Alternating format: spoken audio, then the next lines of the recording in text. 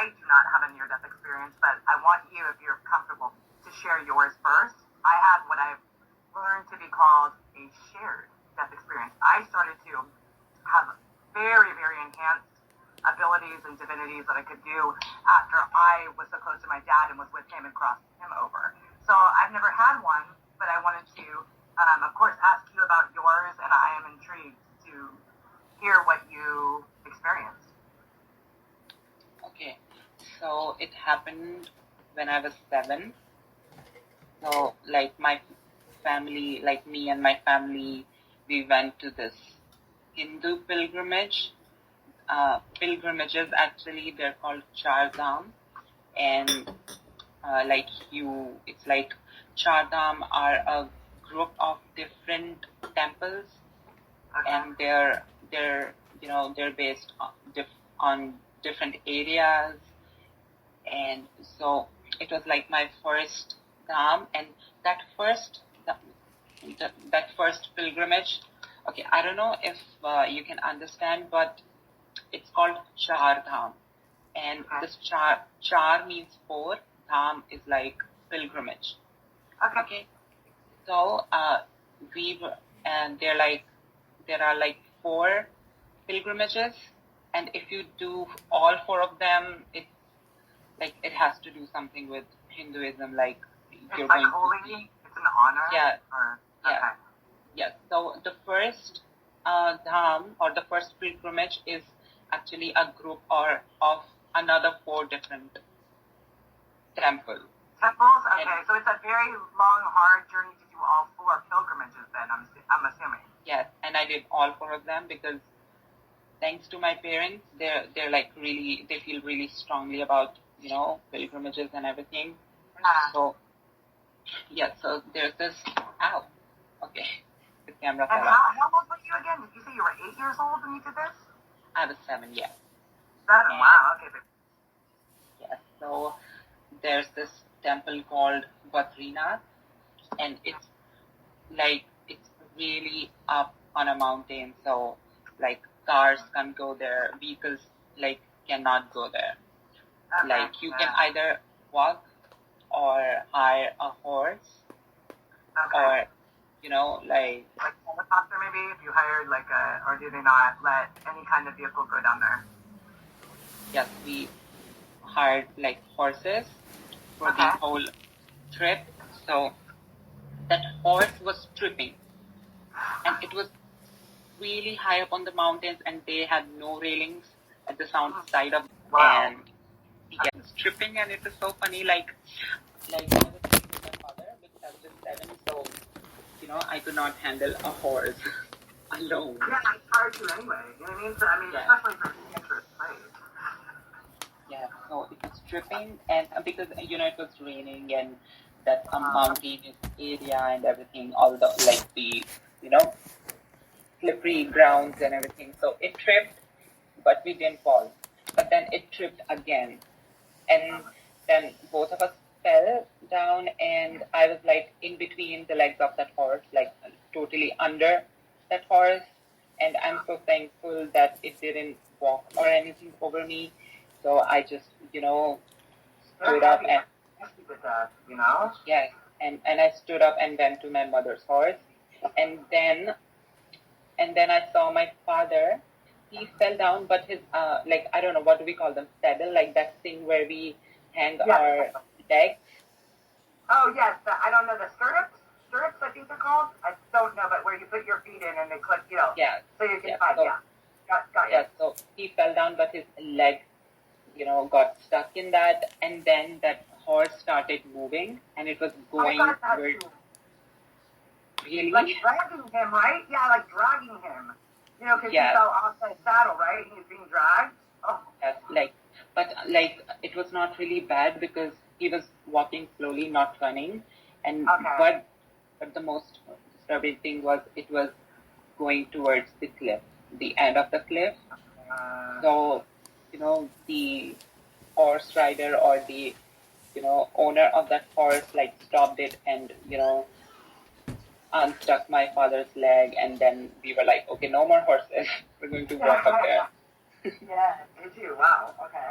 Yeah, and I was really 7, and I was like, no way I'm walking that much, because just before that temple, we went to another temple, which is the same, like, mountainous area. You gotta either, hire a horse or walk, and we walked the first time.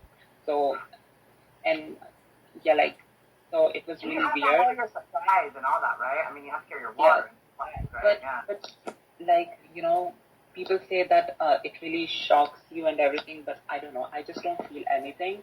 It You just has don't? to get, yes. Like, I got that weird normal feeling. Otherwise, I would have been like really scared, because like I get scared very easily, especially with animals. Like, I adore them, Yeah. but if if you would tell me to touch an animal, even a pet, I would be scared. So Okay, because it's not in comfort. yeah, it was really weird. Like, I stood up and went to my mother. It was just that, brave thing that got upon me, and I think that were like spirit guides and everything, like telling me that it's okay, you're not going to be hurt. Just stand up and walk to your mom. Yeah, so that was like my near-death experiences, and I think that's the only one. At So least what I about? think so. So what I was talking about like the near-death experiences, yeah, that would be my experience with that kind of near-death experience would be when I got into the car crash in 2018 and was in the ICU and almost died. What I was talking about are where you actually die, and the people come back from that side and they explain what they saw on the other side. Have you ever heard of that? Oh, sorry. I'm dumb. Sorry. No, I thought not. That's the same thing, near-death experience. I had a near-death experience, so did you. You almost got crushed by a horse. So, babe, no, seriously. If you, I was just curious if you have any, experiences like I've been watching all of these documentaries that are fascinating for many years, and most recently this week, getting into that.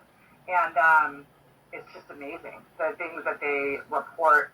And the one particular one that fascinated me last week was this gentleman was a skeptic of that. He was a brain surgeon and world renowned, and he just thought our body is chemicals, this and that, there's no soul. When we go, we're dead. That's it. And he had the same type of experience that people report. So we could just, if you haven't had one, which I haven't had one of those, if you haven't or don't know anybody else who has, which I don't, I can just ask you questions. You could ask me questions on how you feel about that. If that's like encouragement for that person that almost died, because a lot of people say that they're met by a passed away relative and they say you have work to do, come back. I just wanted to pick your brain about that. So do you know anybody that had that happen, or you've heard of it? Yes, I know a story my mother told me, and it's kind of funny. So what happened was, there was this really old lady who was like, on the verge of her deathbed and everything. So she was really old, and then all of a sudden she died.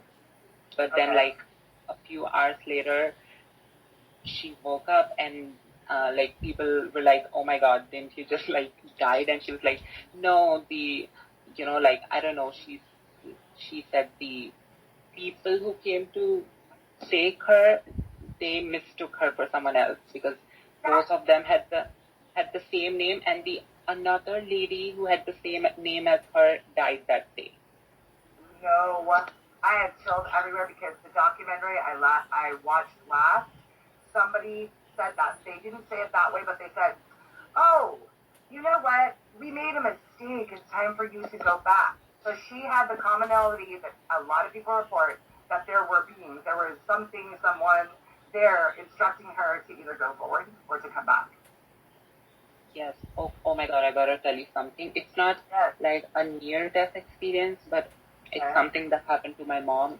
It's something that my mom remembers. Like, she told me that it's not a dream or a vision. It actually happened, like, when she was like a newborn. She remembered, she remembered people like coming from the sky with her, like, like my mother with those people. And they were like, visit them, or they would just come to talk to her where she was in her residence? My mother came with those people. on Earth. Oh, so she's saying that, yeah, no. Okay. Yeah. Yes, Got and that. then they stopped at the terrace of my mother's house, like my mother's childhood home, and then they started disputing and debating like whether we should leave the baby here or at another house.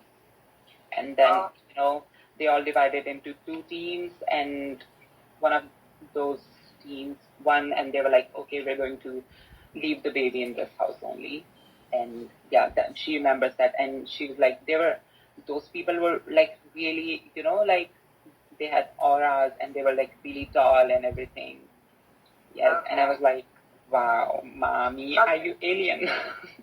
Mind blown, because have you ever watched my video, or have I ever told you enough about my regressive hypnotherapy, about finding out if I did go and visit in the spaceship that I saw? Do you know about that? Because yes, I think I saw the video, but like.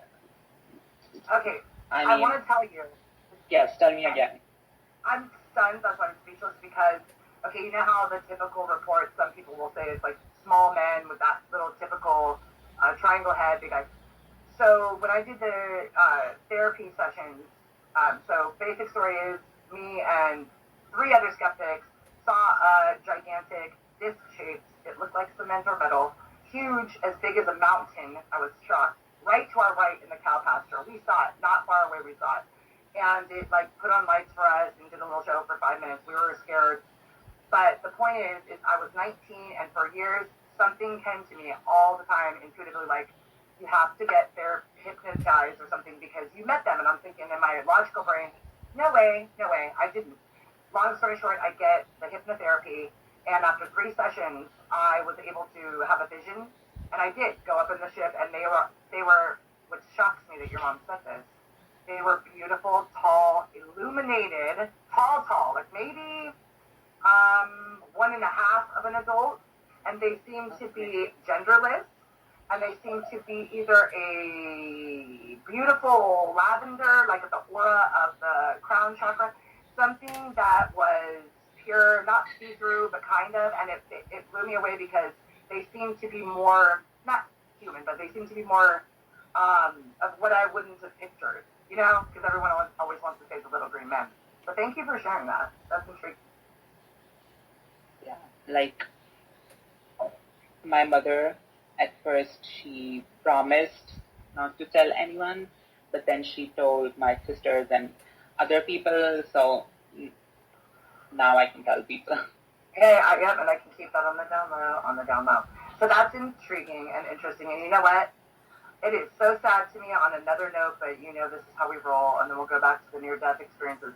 On another note, isn't it sad that when you express a truth and you say, hey, I know this is outlandish, I'm not the kind of person that would lie, this is my experience, isn't it a shame that everyone in society, or a lot of people, will dumb it down, and so people get to the point where they don't share it?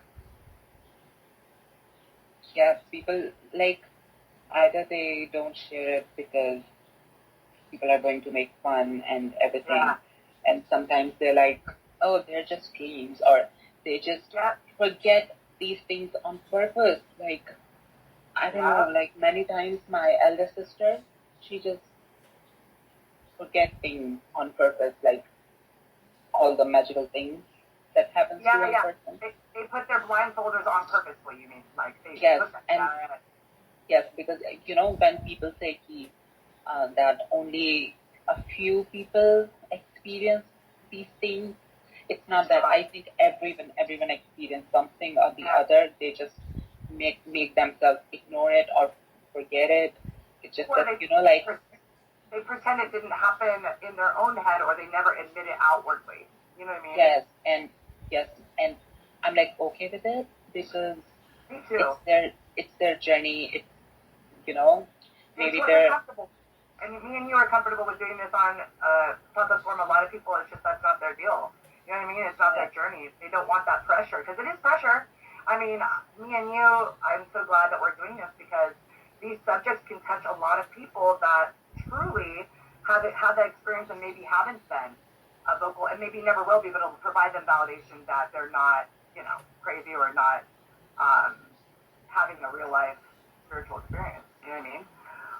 So I wanted to, back to the near-death experiences, I wanted to tell you that I've always been in tune with spirit my whole life, and it's same for you, right? You've always felt spirit in tune.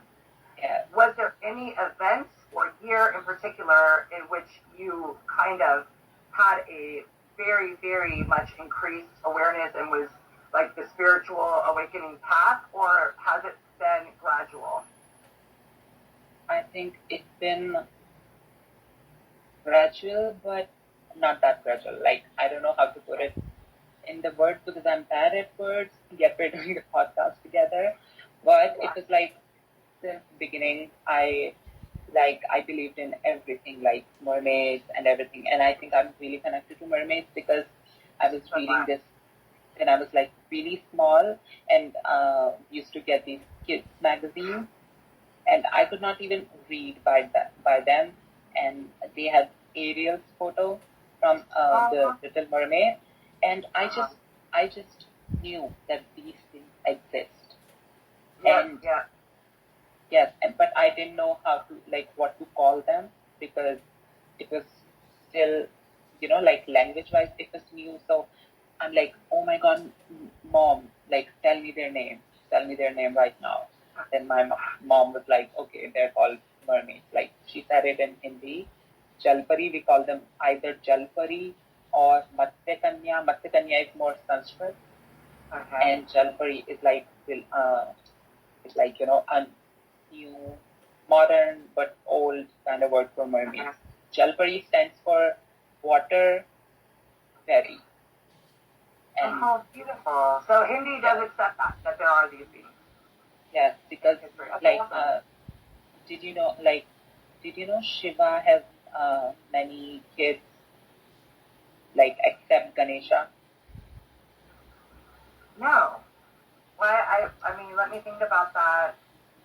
I don't know if I do. So, no. So I want to hear the information clear. So I was going to say that I think I'm talking about another story. By the way, tonight, since I found this and I've missed it, I'm going to catch up and read because it's beautiful. It's right here. So yes, no. So the answer is no. So go ahead. Okay, so Shiva has like more than, I think he has a lot of kids, and all of them has a very unique origin story, like how they were born. And okay, kind of like the mythology of Greek, like, they made it with the bull swan, blah, blah, blah, like different type of... Yes. Okay. Yes, so, like, there was this time where Shiva made this hair accessory, we call it Gajra. He made this hair accessory made of flowers for his wife, Parvati, and it was made of flowers, and he traveled the world to collect those flowers, but then there's this another god popped up, and they started talking, and they got into a dispute, and he was forced to open his third eye, and from that third eye a really powerful fireball came, and it killed the god, but it was so huge and so powerful that even after killing the god, that it still existed, the fireball. So he just threw the fireball into the ocean, and they say, like, our body is made up with 5 elements. So in the ocean, it got all the elements, and then it created a baby. And it created a baby. Okay, perfect. Yeah.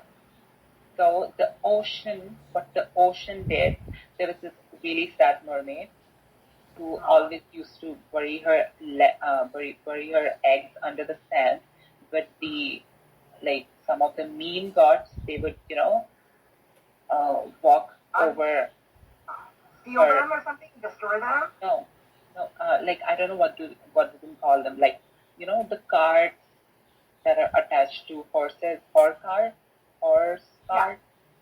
Yeah. So they would run their horse cart above them, and they would just ignore her, and so it would just break the eggs, and she was never able to have her kids.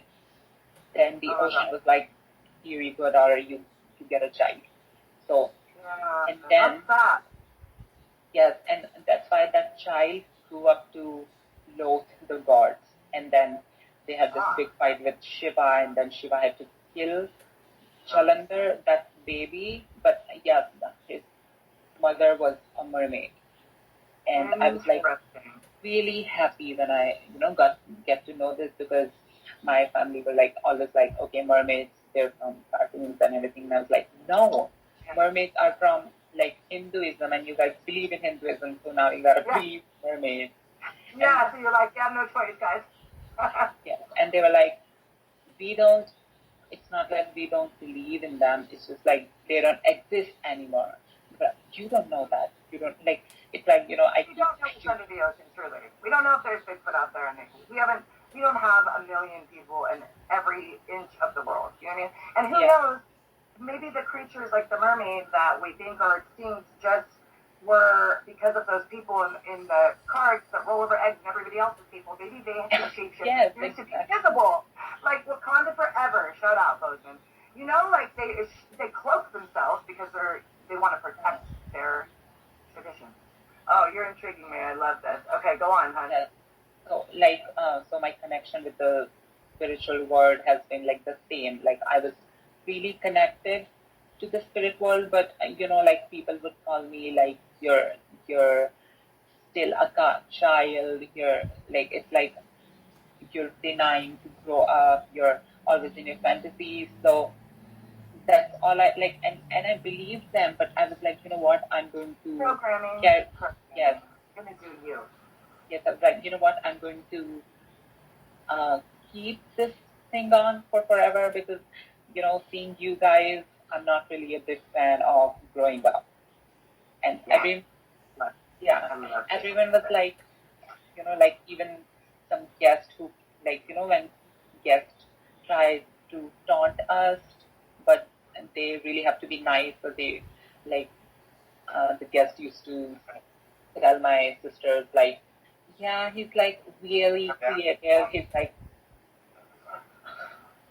like really creative. He's always making stories. He's like always in the fantasies. And I was like, excuse me, I'm babysitting your kids, and I'm keeping them busy and interested.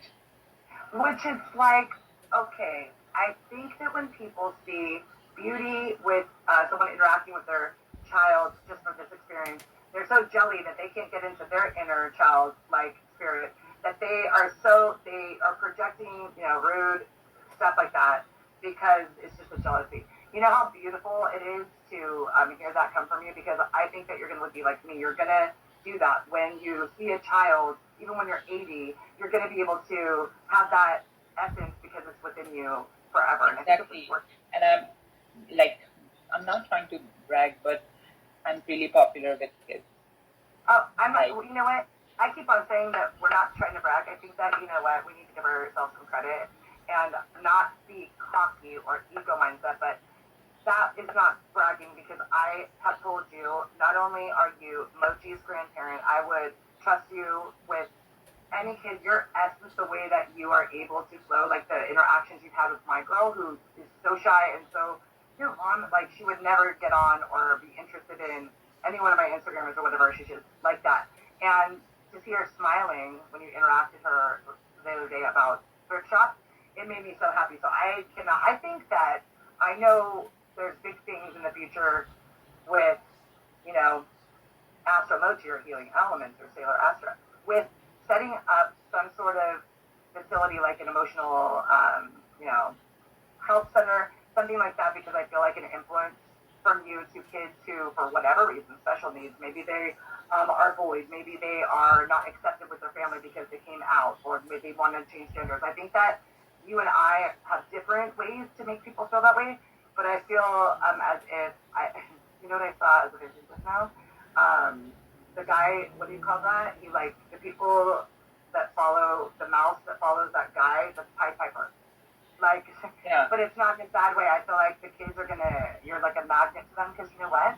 A lot of kids don't get people to treat them like a freaking soul. They just think that you're my kid. You are here to do this, to be my child. You know what I mean? Yes, and actually, like, I really, like, you said Pied Piper, and I was like, oh my god, I'm Pied Piper. like not in a bad way, of course, but Yeah, you know, like exactly. when yes, because like when there's this family function or whatever, there are like so many The kids, kids and all they're around you, right? yes, And and they're making their ruckus, and like when I, you know, go talk to them and start playing, like I go there and suggest some peaceful things so their parents don't get worried and they don't get lost. So they like we sit and talk and play and sing and like the thing. So and that's yes, instrumental. That's instrumental. And you know what? It's funny that you began saying that with when they start to cause ruckus, because you know what they were doing? They wanted attention, beautiful, genuine attention. You gave it to them, and guess what? So you know what I mean? I think that's a beautiful thing, and I can't wait to interact and however that we do meet each other in person in the world stage and start all this. I really feel like so many people are lacking true, genuine, authentic time spent. Their mom might take them to a soccer game or whatever, or their mom might pacify them with this. There's a lot of moms and dads that are different parents that are different and are like me and you, but I think unfortunately there's a lot more of the other. You know, so because you can tell when you're with those kids, the weddings they soak it up, right? right, and it's really nice. Like, you know, people sometimes they're like, okay, you don't talk to people, you're just good with kids and everything. I'm like, and I'm glad. I'm glad I have You're like, someone. they're innocent. Yeah, you're like, I'm glad because they treat me with a genuine decency and a pure heart and Yes. don't judge. Like, even if, like, most kids, like, obviously, it's not the old time. Even if I tell a kid that I'm a witch, they're going to be a little weirded out about that. But they're not, you know, like making faces or judging and everything. And two of my, like my, not actually two, just one. So my nephew, he, you know, he knows I'm a witch and his parents don't, my parents don't, and he has kept that a secret. And I told him when I was like 7 or 5, and he's like 13 now, and he's like still, I don't know if he's 13, but right? yes, So he's so trusting, like he appreciates that, and he knows that the people would give you shit stuff for it. You know what I mean? Okay, so I know that we talked a little bit about that. So let me ask you: does that your categorization of your parents not knowing about the witchy vibes? So do they know anything that you do that is outside of Hindi? Do they know about anything like tarot, maybe ceremonies? They know about tarot cards. How do they feel about you doing it? They feel pretty okay and nice about it because you know I'm able to earn money with this thing. So they're like, wow, you're doing something for yourself and everything. And when when I'm reading cards for them and they're accurate and they're like really, you know, they're like not weirded out, but surprised and like, wow, yeah, like to quote that, you know, famous TikTok audio that's going on when it goes like, you're really good. Like, I don't know the tone, but I need to go on to TikTok and need to get educated because do you know how many words that you say that I go, Deanna, what is this? Like the other day, she knew what you were talking about, some southing. I didn't even know what like K-pop was, but 3 years ago, my daughter told me. So no, I don't know any of those little fancy things. You see how late to the game I am, so you always have to just fill me in, just tell me what it is. So that is neat, and that would be a good question. Maybe we should, if anyone's still listening to this podcast, maybe if there's a chance when we upload this to the YouTube ASTRAL Mochi channel, if anyone wants to comment, that would be a good idea to. I lost my train of thought for the first one. To add TikTok is my point, but I don't know if we are able to do anything like this, like tandem on TikTok and pull cards. I've never gotten into TikTok, so we'll have to talk about that like after on the DM if you want it. I always had an account, but I never really used it till now. I don't like. I started using after the lockdown, after this pandemic, and I really fell in love with it because you know. YouTube, some side of TikTok can be really cringy and disgusting, but and people in my area, they only know that side of TikTok, and that's why they engage this app, and they're like, oh my god, why are you even on TikTok? And I'm like, right? Like my daughter yes, watches this coordinated dances. I heard there was card reading. That's why I wanted to ask you if you wanted. yes, there are so many witches. Oh my god, the witch community of TikTok is amazing. But sadly, my country banned TikTok. Did you know I was that? just trying to do the same. You know what? Trump put an executive order to ban TikTok because he said China was stealing data, but I don't know if that got implemented because I see them still using it, but it's going to be soon probably. Yes. Oh, I didn't know that. They did it in India for the same reason? Yeah. Oh, and shit. like, I don't know about the China trying to steal our information. Like, I don't know, but so many people are really, sure about it. So I think that just confirms the sale that you said India did it, so that means it's not just our government conspiracy. You know what I'm saying? That's odd. I wonder, I mean, there's espionage been going around, so who knows? But I think the real reason behind Trump banning TikTok could be because they're talking ish about him. Yes, and they literally sabotaged him, and I was like, oh my god, I love TikTok. Yes. Me too. I don't mind getting political, but you let me know if I'm going too far. But let me tell you, I had to laugh and smile and go TikTok people, go. When they said the next day and they showed the empty stadium, he thought that he was having millions of people. I was like, see what being a bully does to you guys? Karma. I love that you do that.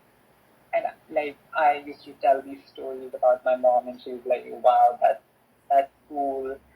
But I miss TikTok. But you know what? There's this other app called Byte. Okay, I've never heard of that one. Byte, B-I-T-E. Yeah, it's okay. B-E-Y-C-E. Oh, Byte. Okay. Byte, B-Y-T-E. I downloaded it because one of my friends did an ad of this app. This app is from the same people who created Wine, apparently, and it's like all TikTok, because so many countries are banning TikTok, and it's good, but I don't know if it's my phone or what, but the videos take some time to load, and I have my account there. I post occasionally there, and it's cool. I'm not trying to I don't want to sound like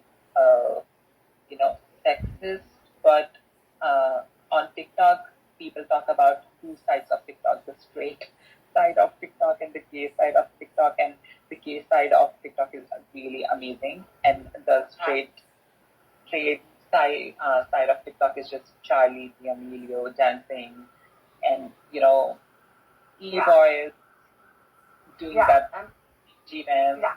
So, oh my gosh. We have so many subjects to talk about, because one subject, you guys, if you're listening, is coming up. I want to talk to you, Lisa, about your opinion. So I've heard from two very beautiful women that say they put out on Instagram them dancing in bikinis, but they're tarot readers and stuff like that. And they told me the reason why I'm not getting more subscribers than 1,100 is because I need to be sexier. It's like, no, that's not my forte. I don't disagree and don't hate, but that's not me.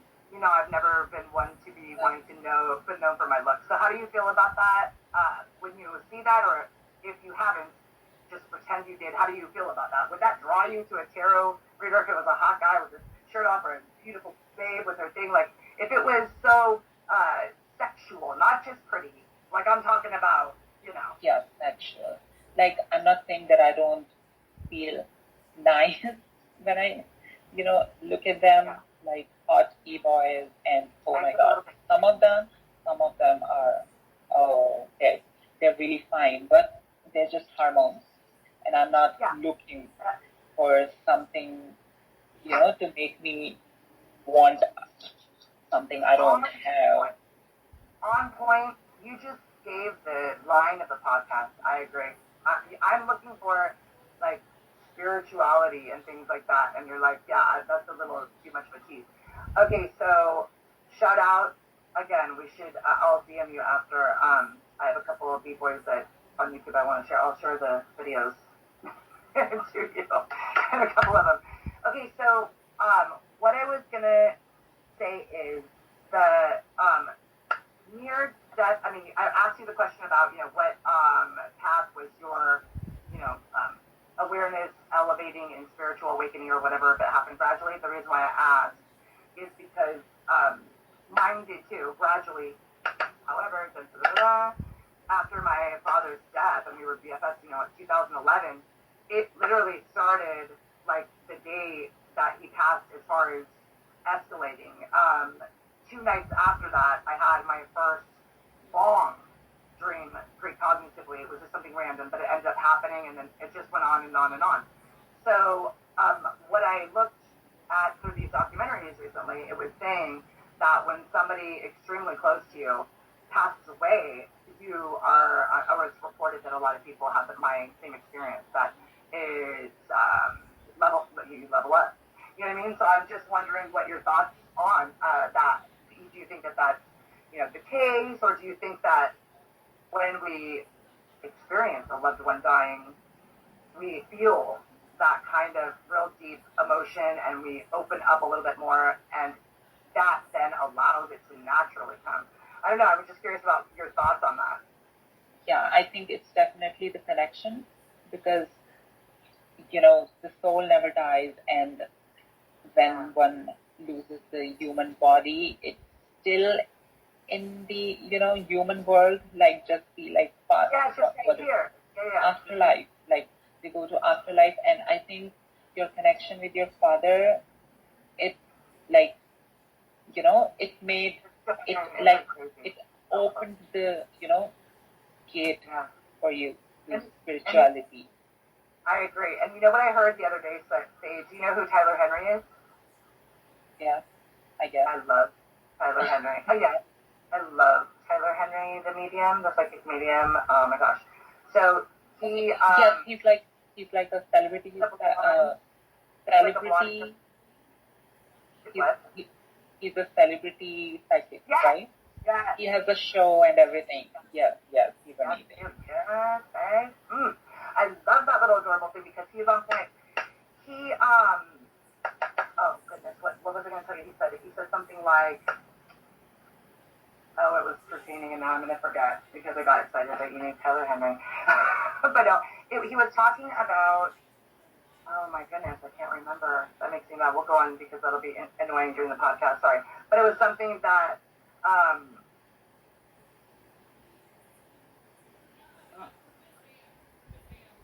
oh, okay. Sorry, I had to channel really quick because I'm like, this cannot go on. I have to end this and not. So, okay, it was not Tyler Henry. It was Tyler Henry's client. I believe that it was this guy named Moby. He's like a alternative rock type of dude. I don't know, but the point I'm trying to make is that guy said something that I relate to, and it was the first person I'd heard of it. They were close there. Him and his father were close.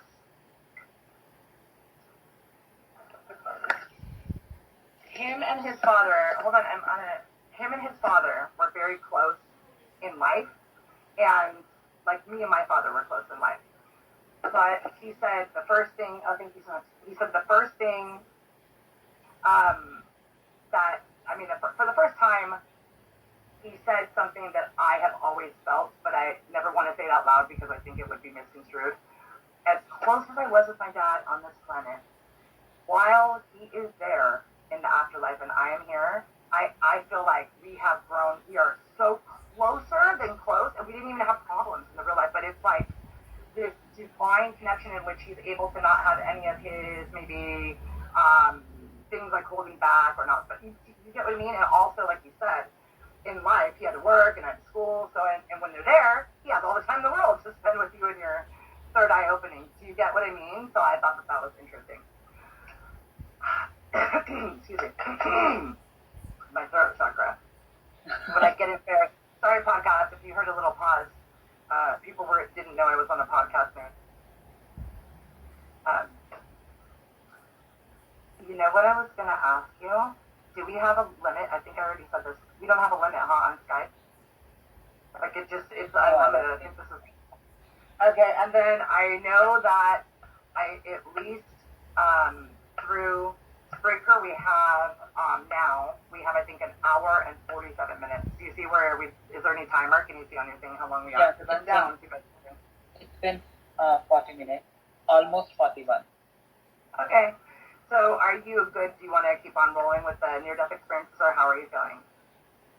Yeah, I'm good. I can talk all day, but you know what? It's only with you. Like, I only talk that much with the ones I'm really connected to.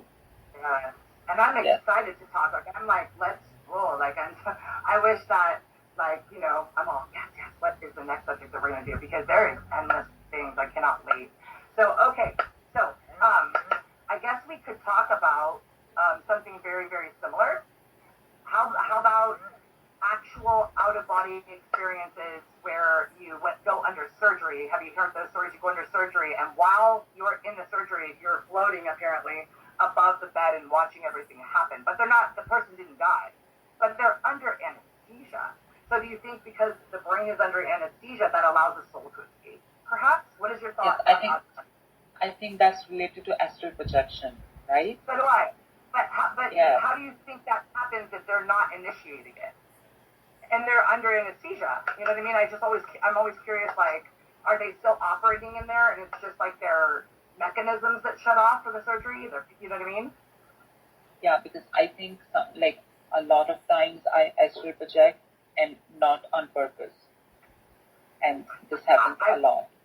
I've done that a few times for sure, but not under surgery. You know, I've done that a few times, and you know what? I was mind blown how real it was. And I've been debating telling a person that I astral traveled too, and the experience that we had. I wanted to just announce to my daughter that came in, we're doing our podcast, so I can't talk right now. So I was mind blown when that happened, because the other times that I've done that sort of thing has been, you know, under meditation, but at this time I was not meditating. I wasn't in the void. You know what I mean? So tell me about one of your experiences that you're comfortable with, about what happened to you, how did it feel?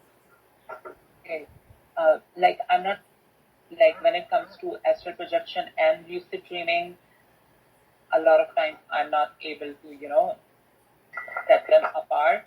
I think they're really connected, in my opinion. So, like, I don't know if it was a lucid dreaming experience or an astral projection experience. But I think can I be willing to tell you that I think that's just different terms for the same thing? Lucid dream, astral travel, out-of-body experiences, I think they're all really maybe subcategories of each other. I'll tell you why, because even fantasies, when you really like a person or something and you have a heavy fantasy and you can picture everything about it, I feel like those people think it's fantasies, but it may be some form of astral projection, getting the souls together in another space. So I think that's neat that you said that. Yes, and oh my God, I think we can make another episode of our podcast about astral projection and these things, because I have a lot of stories. Okay, so let's do that. What do you want to, you can ask the question, what do you want to explore about the near-death experiences? I can tell you, like, a couple of, you know, things that I heard that blew my mind about with the documentaries I've been watching, or you can, like, ask me anything or tell anything about it. Okay, so I had this really weird experience. It was not death related or anything, but it was like really weird. I got scared. Like, you know, when creepy things happen to me, I don't get scared that easily.